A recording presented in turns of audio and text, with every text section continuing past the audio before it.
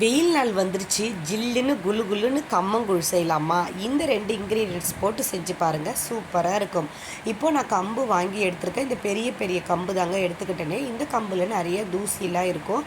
இப்போ நம்ம இந்த கம்பை நல்லா 1க்கு 2 3 வாட்டி நல்லா கழுவிட்டு நான் வெயிலில் நல்லா காய வச்சு ஸ்டோர் பண்ணி வச்சுக்க போகிறேங்க. எப்போ நம்மளுக்கு ஃப்ரெஷ்ஷாக தேவையோ கம்மங்கூழ் செய்யும் போது நம்ம செஞ்சுக்கலாம்.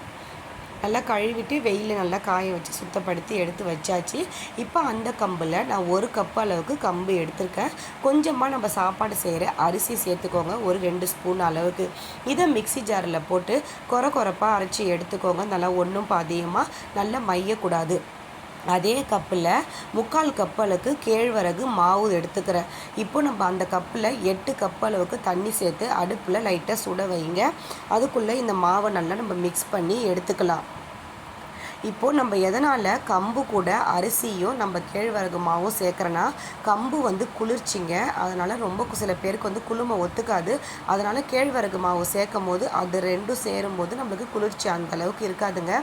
கை பொறுக்கிற அளவுக்கு சுடு தண்ணி நல்லா கொதித்ததும் மாவை கொஞ்சம் கொஞ்சமாக போட்டு நல்லா மிக்ஸ் பண்ணி எடுத்துக்கோங்க. இந்த மாதிரி கெட்டி பதம் வந்ததும் அடுப்பை நீங்கள் சிம்மில் வச்சிட வேண்டியது தான். சிம்மில் வச்சுட்டு குறைஞ்சது அரை மணி நேரமாவது நல்லா சிம்மில் வச்சு கிண்டி விடுங்க. கிண்டி விட்டுட்டால் இந்த அளவுக்கு கம்பு கூழ் நம்மளுக்கு சூப்பராக ரெடி ஆகிடுச்சு பாருங்கள். குறைஞ்சது அரை மணி நேரம் நம்ம சிம்மில் வச்சு கிண்டினா தான் நம்ம போட்டிருக்க அரிசி கம்பு எல்லாம் நல்லா வெந்து வந்துடும். அவ்வளோதாங்க. அடுப்பை சூப்பராக நம்ம ஆஃப் பண்ணி வச்சிடலாம். இது நான் நைட்டு தாங்க ரெடி பண்ணினேன். நல்லா ஆறினதும் அது மேலே தண்ணி ஊற்றி நைட்டு நான் மூடி எடுத்து வச்சுட்டேங்க. இப்போ நம்ம காலையில் தான் இதை ஃப்ரெஷ்ஷாக நம்ம வந்து இதை நம்ம கரைச்சி குடிக்க போகிறோம்.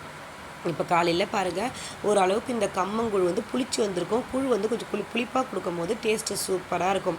இப்போ நம்ம இதுக்கு கூட வந்து வெங்காயம், மாங்காய், தொட்டுக்கிறதுக்கு ஊறுகாய் மிளகா, பச்சை மிளகா, உப்பு, கூடவே நம்ம தயிர் சேர்த்து இப்போ இந்த கம்மங்கூழை கரைக்க போகிறோம்.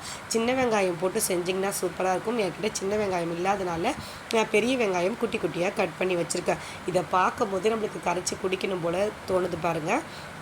இப்போ நம்ம கொஞ்சமாக கம்மங்கூழ் சேர்த்து நம்ம ரெடி பண்ணிக்கலாம். நான் ஃபஸ்ட்டு கொஞ்சமாக எடுத்து கரைச்சிக்க போகிறேன். அந்த தண்ணியோடையே சேர்த்துக்கோங்க. இது கூட கெட்டியான தயிர் சேர்த்துக்கலாம். தயிர் வேணான்னா நீங்கள் தயிர் இல்லாமல் கூட நீங்கள் கரைச்சிக்கலாம். இப்போ நான் பச்சை மிளகாய் சேர்த்துக்கிட்டேன். அப்புறம் குட்டி குட்டியாக கட் பண்ணி போட்டேன். மாங்காய் போட்டுக்கிட்டேன். இப்போ கொஞ்சமாக வெங்காயம் சேர்த்துட்டு தேவையான அளவு உப்பு போட்டாச்சு. உப்பு போட்டுட்டு தண்ணி சேர்த்து நல்லா இதை கரைச்சி எடுத்துக்கோங்க. நல்லா கையால் போட்டு கரைங்க. அப்போ தான் கூழ் நல்லா அந்த வெங்காயம் ஸ்மெல்லாக வந்து டேஸ்ட்டு சூப்பராக இருக்கும். கடைகளில் போனால் நம்மளுக்கு வந்து சொம்பில் தாங்க கூழ் கொடுப்பாங்களே, அதே மாதிரியே நம்மளும் குடிக்கலாம் அப்படின்னு சொல்லிட்டு எங்கள் வீட்டில் இன்றைக்கி பசங்கள்லேருந்து எல்லாருக்குமே காலை டிஃபன் இந்த கூழ் தாங்க. இப்போ நான் சொம்பில் இந்த கூழை ஊற்றிக்க போகிறேன். சூப்பராக நம்மளுக்கு ரெடி ஆகிடுச்சு பாருங்கள்.